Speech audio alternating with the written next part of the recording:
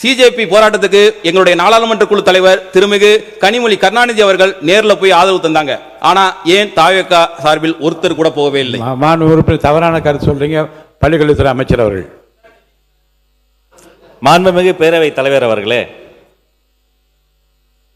ஒரு நோய் தொற்றில் குழந்தைகள் இறக்கலாம், ஆனால் ஒரு தேர்வு முறையில் இத்தனை குழந்தைகள் இறந்ததையெல்லாம் அம்மா சுட்டிக்காட்டிய போது இந்த அரங்கம் அதிர்ந்தது. வரலாற்றில் முக்கியத்துவம் வாய்ந்த ஒரு நீட் எதிர்ப்பு சிறப்பு தீர்மானத்தை மாண்புமிகு சுகாதாரத்துறை அமைச்சர் கொண்டு வந்திருக்கிறார். அதை குறித்து பேசிய அண்ணன் அவர்கள் கூட எங்கோ பலனடைந்த ஒரு சில குழந்தைகளை சுட்டி காண்பித்தார். ஆனால் பலனடைகிற ஒரு சில குழந்தைகளை விட பாதிக்கப்படுகிற பல லட்சம் அரசு பள்ளி குழந்தைகளினுடைய நலனை கருத்தில் கொண்டுதான் இந்த வரலாற்று சிறப்புமிக்க நீட் எதிர்ப்பு தீர்மானம் கொண்டு வரப்பட்டிருக்கு.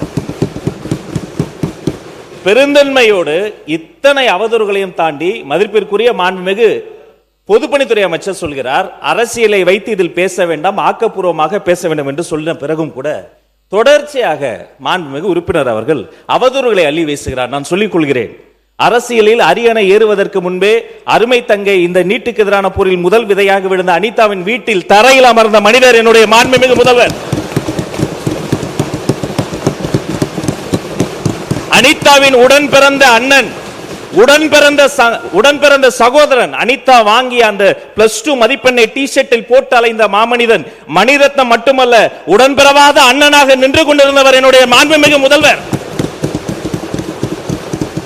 மதிப்பிற்குரிய பொது உடைமை தோழர்களினுடைய தமிழ்நாட்டு அரசியலுக்கு பாலபாடம் எடுக்கக்கூடிய பால நிலத்தில் அந்த போராட்டம் நடைபெற்ற போது அந்த போராட்ட களத்திலே போராடிய அப்பாவி மாணவர்களினுடைய புகழை திருடக்கூடிய ஒரு கூட்டத்தின் மத்தியிலும் கூட என்னை அனுப்பி அந்த போராட்டக்காரர்களை பார்க்க சொன்னவர் என்னுடைய மாண்புமிகு முதல்வர்.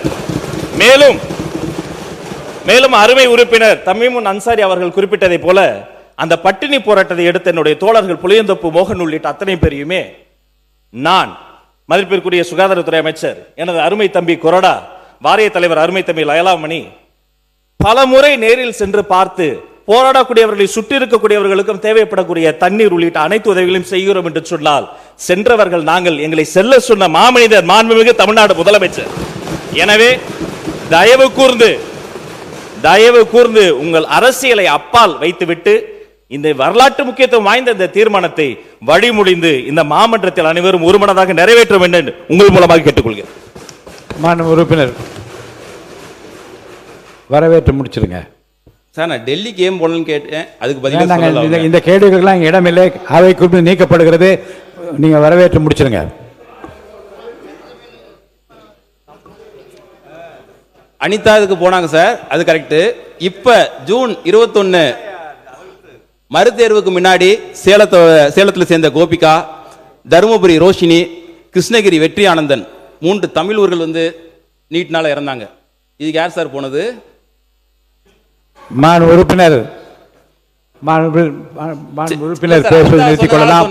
மாண்புமிகு உயர்கல்வித்துறை அமைச்சர் அவர்கள்.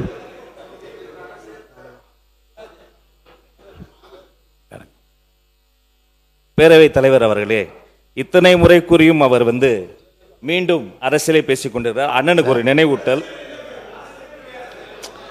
2024ஆம் ஆண்டு இன்டர்ன்ஷிப் போன இடத்தில் கிணற்றில் தவறி விழுந்த ஒரு அரசு மாணவனுக்கு 2.5 ஆண்டுகள் கழித்து அங்கிருந்து யாருமே ஆறுதல் கூட சொல்லவில்லை, நேரில் கூட சென்று பார்க்கவில்லை. அவருடைய தாயாருக்கு ஒரு அரசு பணி கூட தரவில்லை. ஆனால் அரசியலுக்கே வருவதற்கு முன்பு அனிதாவினுடைய வீடுன்னு கூட சொல்ல முடியாது, ஒரு சின்ன குடிசை, கார் நுழைய முடியாத பாதையில் கூட அவருடைய கால் நுழைந்தது. நீங்கள் 1000 அவதூறை வீசினாலும் அந்த மாமனிதரை கலங்கப்படுத்த முடியாது.